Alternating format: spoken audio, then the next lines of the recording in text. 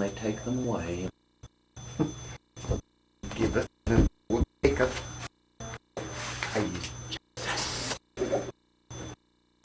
Oh, did you maybe do this? Ah, Has it? Minister. I flipped past it. So, Oh, yeah.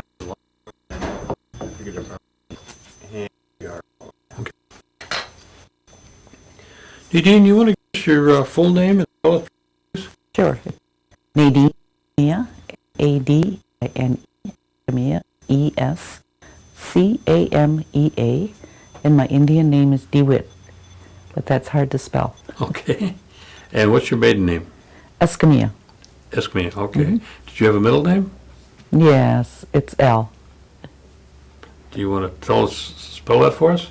L. Just L? Just leave it L, yeah. Oh, okay. All right. And what was your date of birth? May 6th, 1945, All right. And where were you born?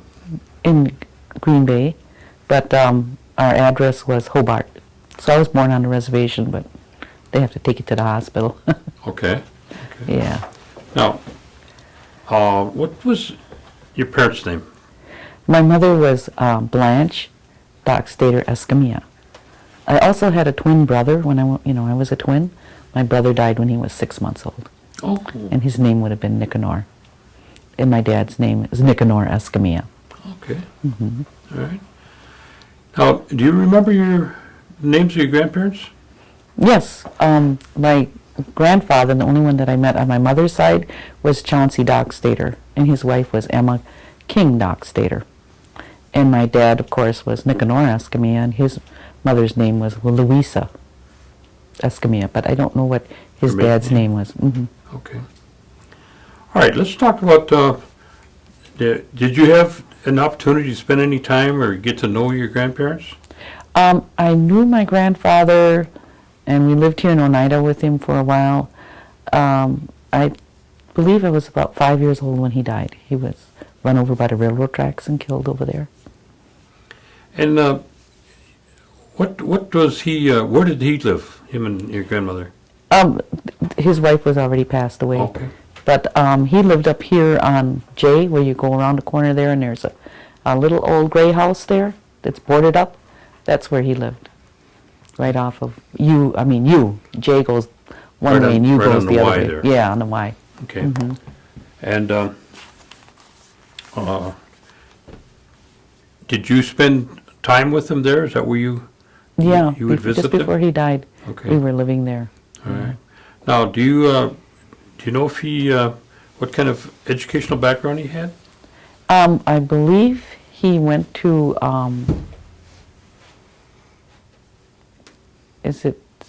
I know he went to school in East at the boarding school, because I seen the paperwork at the museum. Oh, it is? Yeah. And then he was a bricklayer, I believe, and he also spoke, Oneida, fluent Oneida. And my mother, when they were all home, they spoke the language until they had to go to school, and then they had to learn English. Okay, and he was a bricklayer, your grandfather. That's what I understood, Okay. yes. And how much did you know him? I mean, how well did Well, when you're 5, it's kind of hard you to were remember. 5 years old when you When he okay. passed away, yeah. And your grandmother, was she passed away by then? Oh, the only grandmother I knew was the one on my dad's side. Okay. And she passed away when I was about 13. All right. And I didn't get to see her very much. I seen her just, if I can, memories kind of, after all these years. She lived in Texas and we lived up here. Oh, And we went to visit her just a few times. And you didn't know your grandfather at all? Not on that side. no. Okay. But they were from Texas? I see. Yeah. All right. Let's talk about your parents then. Let's talk about your dad. What was his educational background? He didn't read or write. He didn't go to school at all. And where was he from? He was from, he was born in Kerrville, Texas. And him and my mother met up at Door County when they were picking cherries. Oh, at the cherry orchard? Yeah, at the cherry orchard. Okay. And So he had come up here to work Yes, he was for the summer migrating. summer times, huh? Mm-hmm. Now, how big a family did he come from? He had one sister, one brother, and himself. There was like three of them, and he was the youngest one. Okay. So, did you get a chance to meet brothers and sisters? I met just a brother. Okay. Yeah, I used to, we used to travel around and we'd run into his brother, and that I remember him vividly. And he was married to an older woman. They didn't have any children, but his name was Mike. We used to call him Uncle Mike, of course, and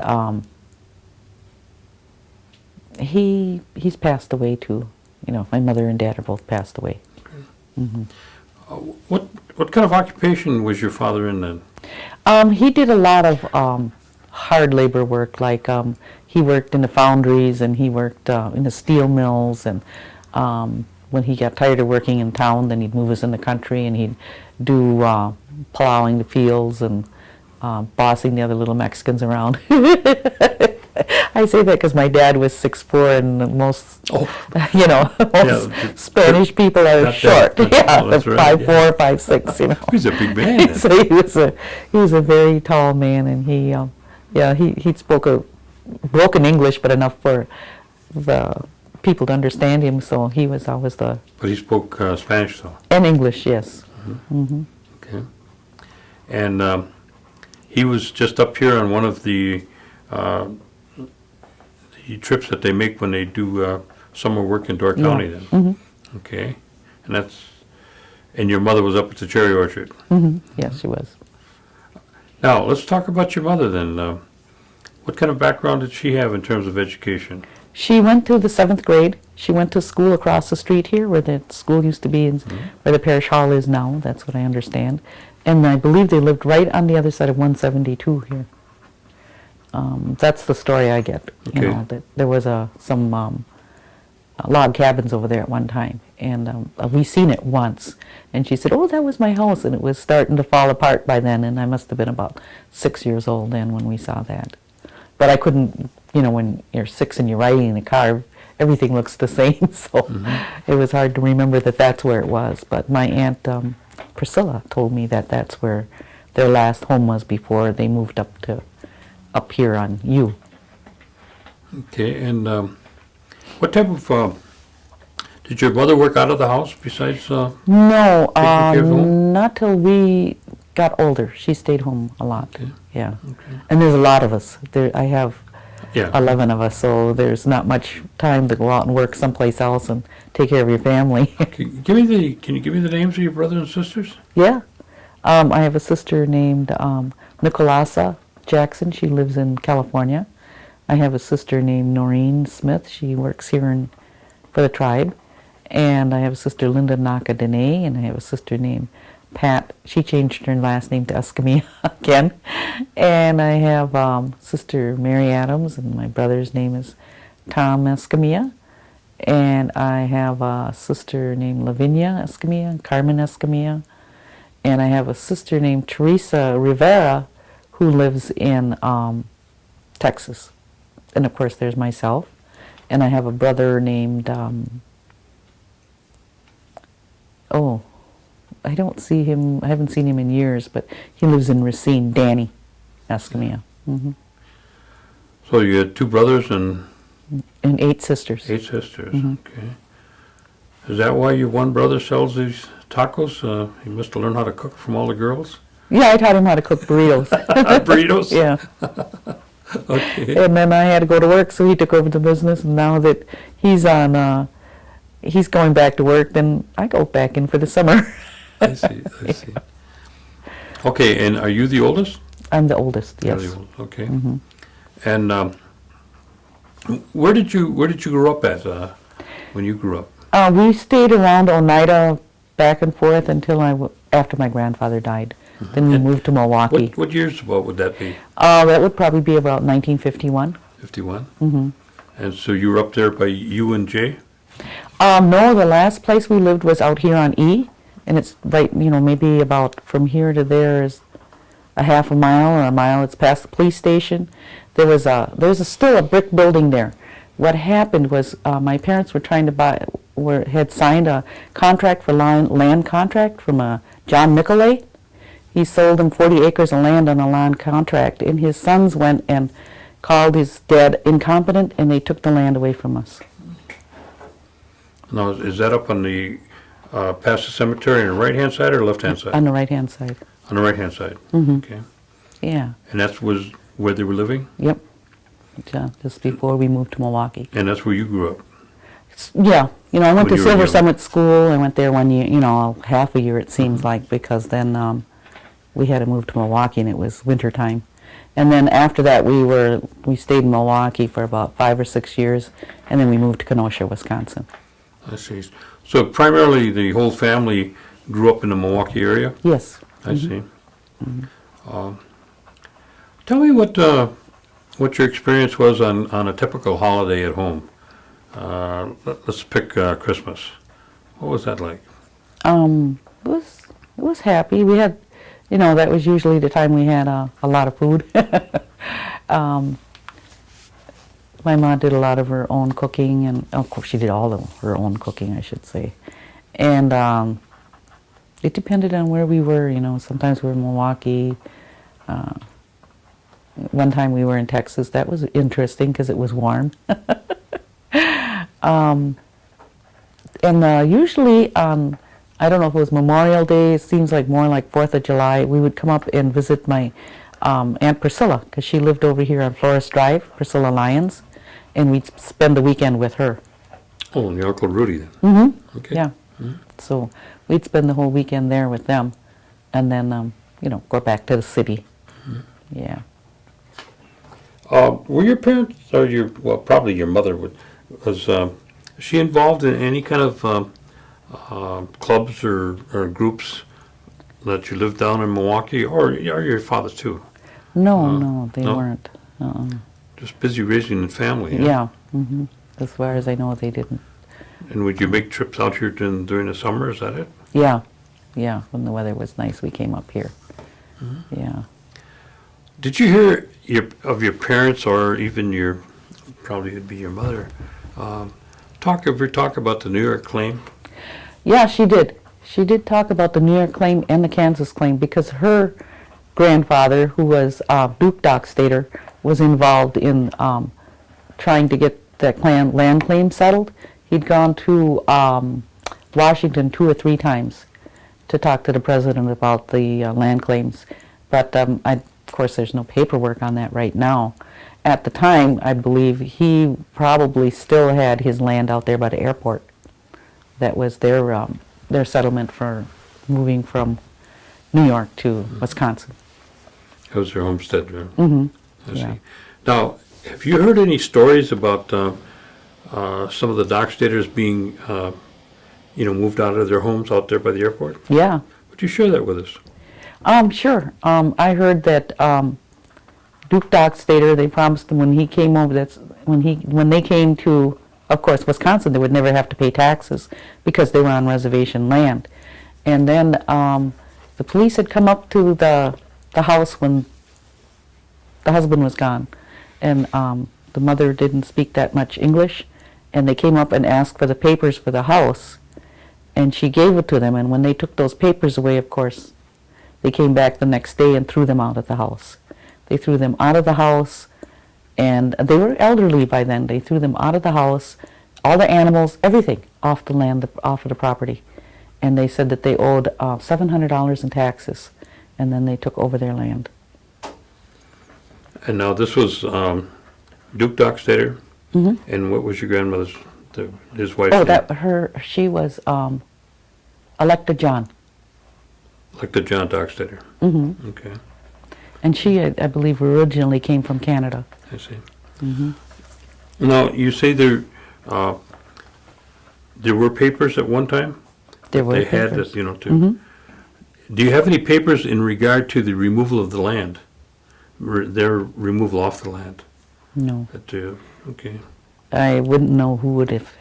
The only other person that would probably have anything like that would be Melinda, and she's passed away. Yeah. And Melinda was what to you? My aunt. My mother was the youngest person in their family, So then Melinda was near the older ones, I believe. Older. Do you remember them and their names? Some of them, yes. I know Melinda and, of course, Priscilla Lyons, Melinda Dogstader. And there was Marina Smith, and there was Pemberton Dogstader, and Rimpton, and Peter Dogstader, and, of course, my mother and my Aunt Rebecca, who I knew very well, too. Yeah. No. Wasn't one of the sisters out in California or out in Washington? Melinda's sisters. There's one that lives in, I forgot, Belle. She lives in Michigan. Oh, in Michigan. Yeah. Okay. Mhm. She's got to be pretty old. Yeah, she's still living. She lives in Michigan. Hmm. Okay. So, your father then, did you move from the place up on the ridge here to Milwaukee? Is that Yeah. because of the loss of the land that he experienced also? Yes. So he also experienced the loss of land as well as the grandparents. Yeah. Yeah. I see. But see, with my dad, he never owned any land anywhere, but his brother did. His brother had 2 small houses in Uvalde, Texas. That was probably where their land base was when they would migrate and then go back home, and then they would live there. So whenever we went to Texas, then we would go to Uvalde and stay with them for a few weeks or whatever, and then come back to Wisconsin. Now, when he went down to Milwaukee, what type of work did your parents do? I believe my dad worked in the foundry. The foundry? Hmm. But my mother stayed home, took care of us. I see. Hmm. And what part of Milwaukee did you live in? We lived on the east side over by Milwaukee Street, Juneau, Jackson, Jefferson. I went to Jefferson School while I was there. Right in that area there. I see. Hmm. And as growing up, did you become involved in any, like the Indian groups or anything that they had down there that you No, might but run into? we knew a lot of different Indian people that lived in the community, Mhm. but so we didn't get involved with any, except for the church. That was And what church did your parents We go went to All Saints Cathedral. It was an Okay. Episcopal Sure. church. And I was confirmed there. Yeah. So we went every Sunday because after church, we went every Sunday to go somewhere. We didn't have TV or anything like that to sit home, But I remember once the daycare, whatever they had there for the little kids was done, so we brought the younger sisters too. They would give us chocolate milk and donuts that were left, and we'd take them home. So there was an incentive to go to church every Sunday, besides being there for the services. There's quite a few Indians that were going to the church Yeah, too. there was. There was. And what year was that? And, That's got to be 50, I would say 2, 3, 4, right in through there, maybe up to 55.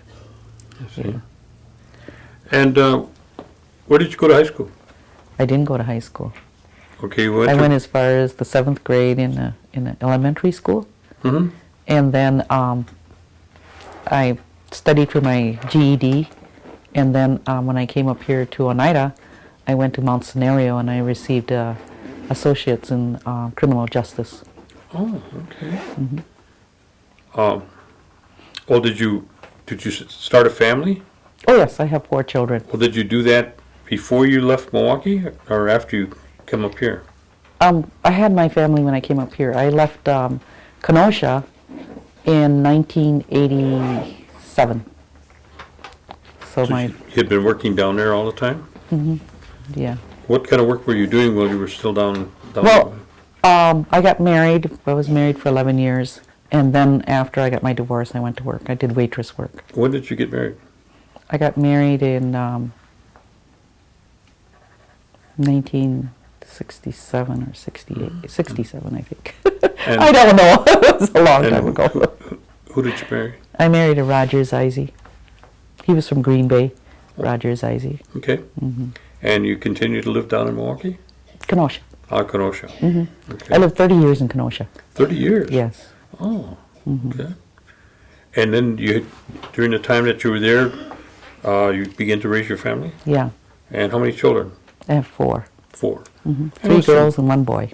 And what's their names? I have Rita Lara, that's her married name. I have Laura Manthe, and I have Lloyd Zeise, and I have Maureen Zeise. Okay, Rita's up at the museum, isn't she? Yes, she's director of the museum. Okay. And they were all raised in the Kenosha area? Yes, Okay. And then you left Kenosha about what time? 1987. All right. Were you working while you were raising a family there? Yeah, What did you do then? waitress work. Waitress work? Yeah.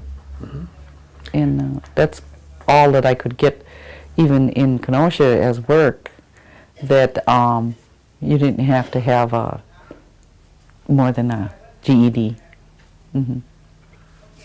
Okay, then you left Kenosha. And I went to California for a year and a half, and I did waitress work out there. What prompted you to go to California?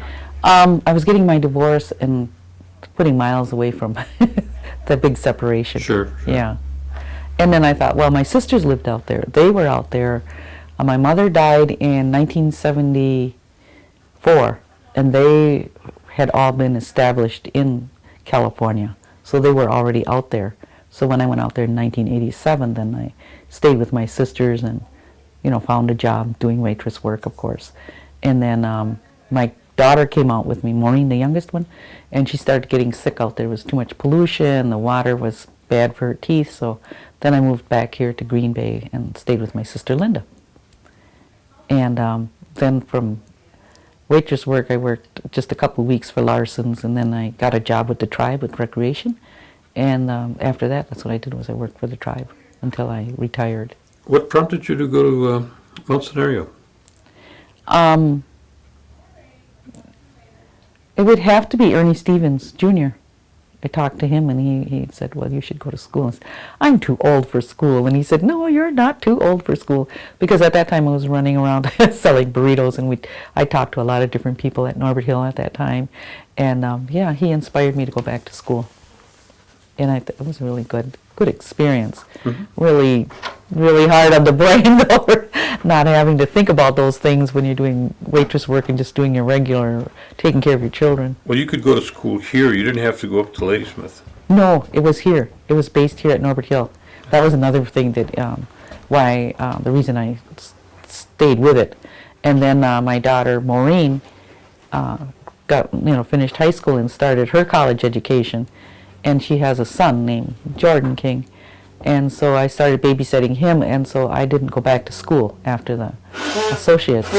I didn't want to go any further into school after that so that she could get her education, which she did receive. She has a master's degree. So after you finished school, then what did you work? I worked at the museum. At the I museum? worked at the museum as a photo archivist.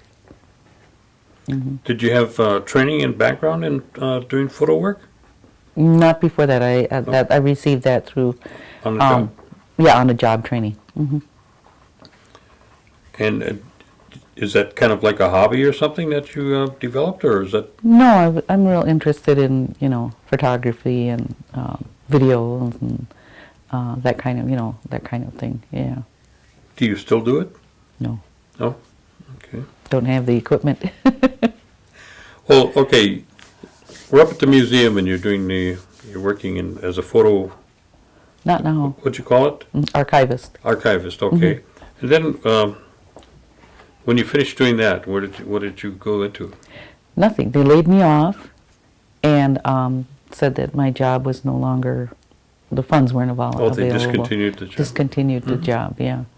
And then I looked around Green Bay for a job, and I couldn't find one. So, and at that time I'm developing a lot of health problems with arthritis, and I have psoriasis, and it's just really bad. There are days when it's very hard to get up out of bed and stuff like that. So I am on Social Security disability. Oh, okay. Yeah. How many grandchildren do you have? I have 7 grandchildren. 7. 5 boys, 2 girls. Give us their names. I have Joshua Quintana. He just turned 18. I have Jesus Lara. He's I think he's 15. He's 2 years younger. Then I have Leah Manthe, and she's 17, and her brother Greg is 14. And then there's Rita's children. The two older ones are Rita's children, and she has the twins, Ashley and John.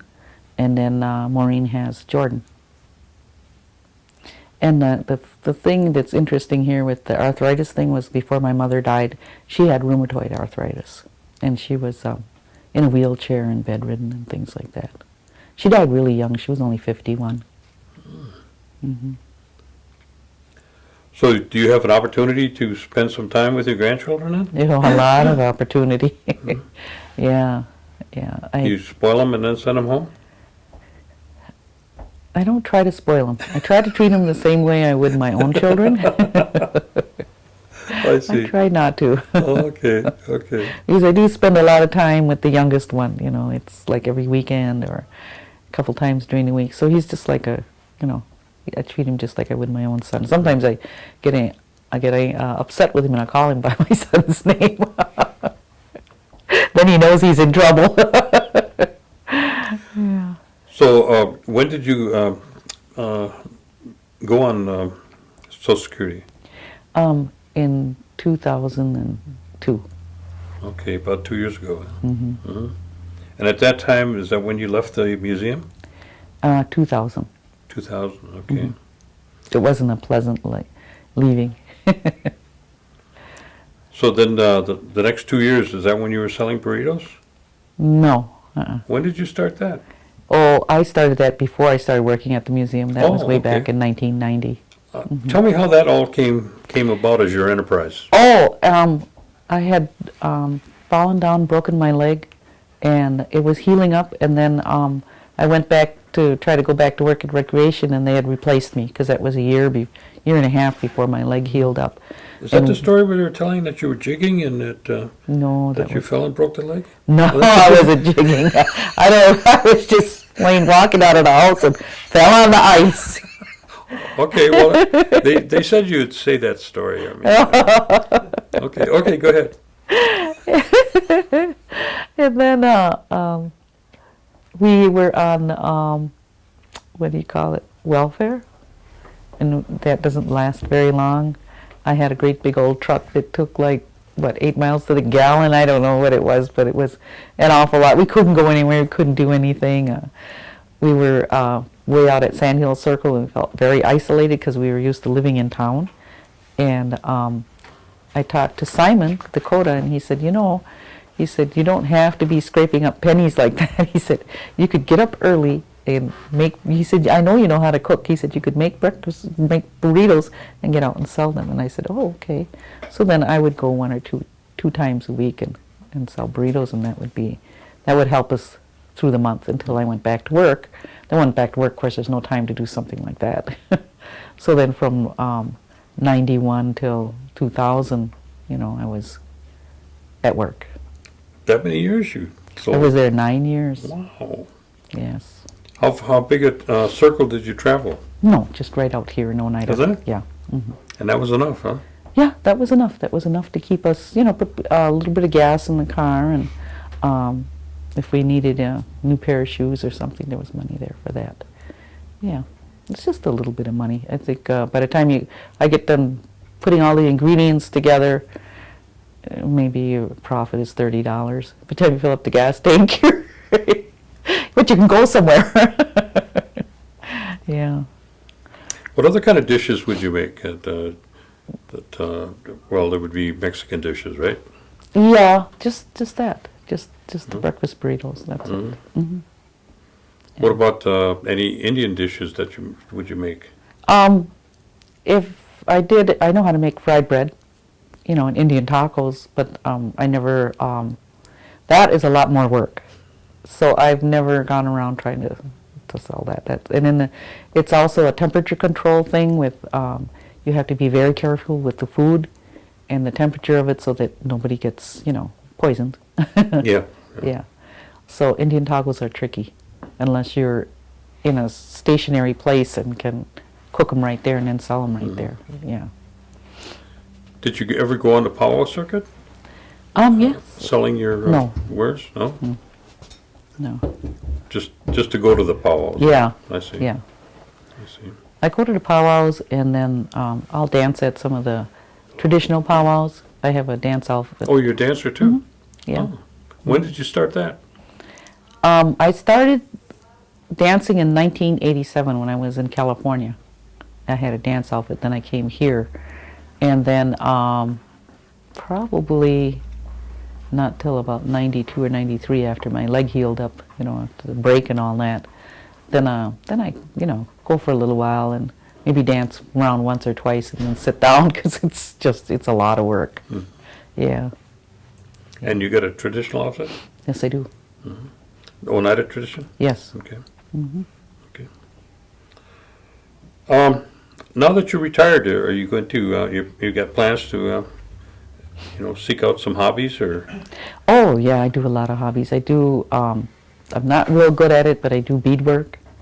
I also do gardening, a little bit. It's a very small garden, but I call it gardening. I'm involved with quite a few different things in the community. I'm not on any committees or commissions anymore. I used to be, but I don't do that. But I do a lot of reading and beadwork, and every event that comes up and there's free food, I'm there. No. No, just Was that it's you I seen wonderful. across the road Yeah, yesterday? that was me yesterday. Yeah, I like to get out and socialize with everybody else. I know just about everybody that's going to be there is somebody I know and somebody to talk to, and I think that's really fabulous that we can do that here on the reservation, and that there's places to do things like that. Because I know years ago they had a going away party for my cousin. I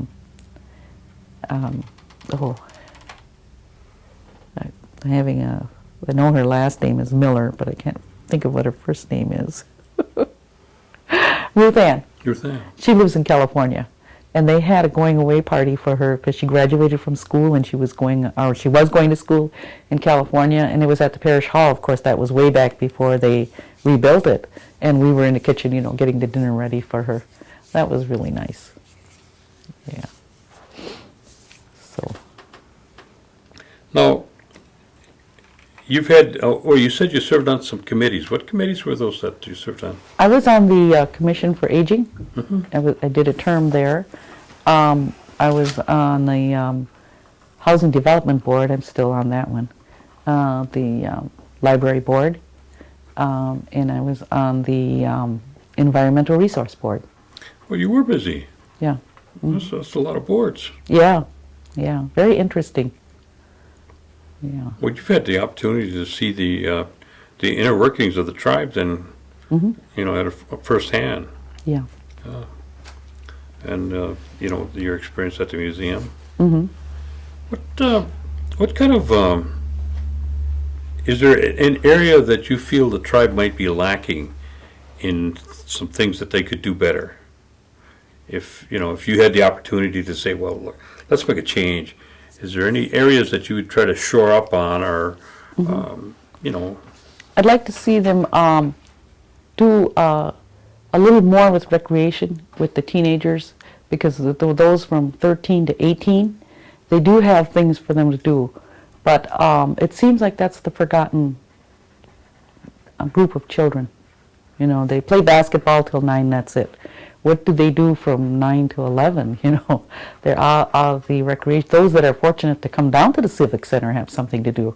But those out on my end of town, I say of my end of the reservation because I live up on Ray Road past the museum, there's not much for them to do. The transit quits running early, so that even if the kids had a way to get here, the parents are working second shift maybe, and they don't have a way to come down. And so I hear this all the time about, what do they do, and how come they get in trouble, is because there's nothing for them to do, that has supervision. Yeah. how long did you work with recreation? I only worked with them for, I believe it was 6 months. I see. Mm-hmm. One of my big concerns this is your interview, but what I've always felt is that we as an Oneida Nation have concentrated our efforts on baseball and basketball, but we have nothing that we offer the young ladies in terms of things and that they can get into outside those two kind of sports. Yeah. And I think there's so much more that we should be required to give them. Mm-hmm. You know, just in maybe a makeup course where you put, you know, how to put makeup on, and various things that you know that I'm not sure, but I just think we as a recreation could offer more than that, you know. But anyway, that was always my pet peeve, is that the girls come up on the short end. Yeah, But, yeah. I'm not sure what it could be that we could do for that particular group. I think we need to build their confidence, because there's new babies being born to Oh, young boy, yeah. young children in this community. Well, any community. Really, it isn't just ours. No, It's any community. I think it's due to the fact that if there's two parents in the home, they both have to work, and who's there with that 13, 14-year-old? And the media builds it up that they don't really need a babysitter at that age, but that's the age where they really need someone at home. Probably the most supervision. The right? most supervision is between that 14 and 18. You know, when they're tiny, you know they have to have supervision, but as they get older, they think they don't need it, but they really do. Yeah.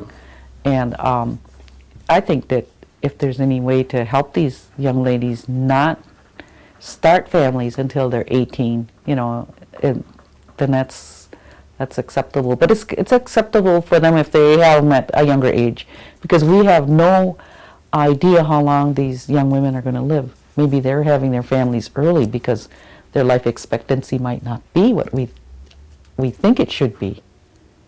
You know, and the Creator must be watching over them. I sure hope so. What kind of recommendation would you like to share with the youth? I think that they should really talk a lot more to their parents. I think they should be able to talk more to their aunts and their grandparents, if they have any grandparents, to listen to what they're saying, because the media is not there for their protection. The media isn't there to soothe their feelings when they get hurt. The media is there to sell. They're just there to sell whatever they want, but to make the money that they want. You know, they're the billionaires. We're the people on the short end of the stick. And we need to really start listening to what our parents have to say, because they are responsible for us. Is there any areas that you wanted to cover that we may have left out? No, but I really like what recreation is doing now. They have pottery for the kids, and they have a lot of different programs that they didn't have. And when I worked for them in 1989, that I worked for recreation, it was just basketball at that time. Mm-hmm. They didn't have an arts program for the kids. They didn't. I tried to do that.